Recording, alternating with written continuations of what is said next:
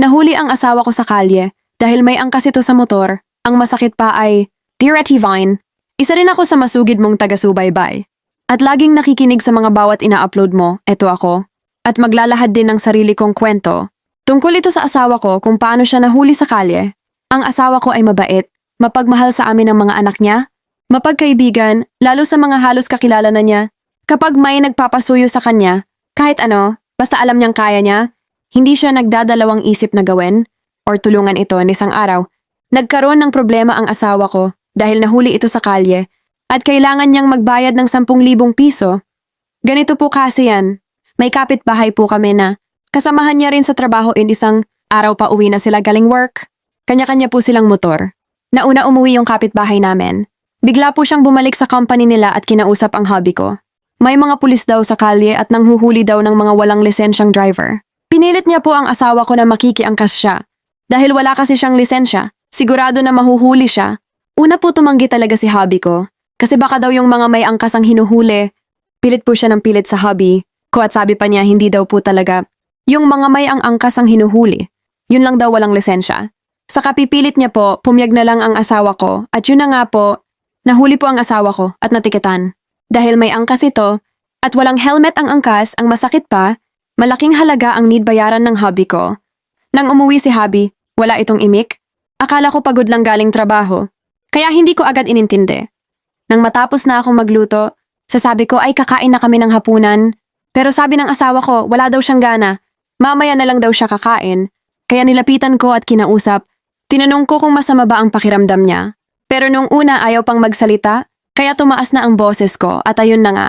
Pinagtapat na niya sa akin, nahuli siya at natikitan. At sinabi niya sa akin ang dahilan. Gusto ko man magalit at awayan ng asawa ko dahil nagkaproblema kami.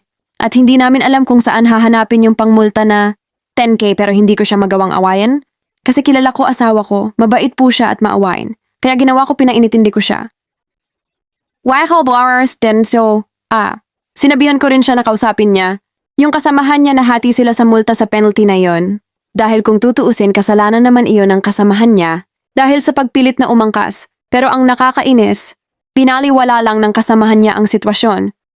Ngayon po ang asawa ko ang naipit.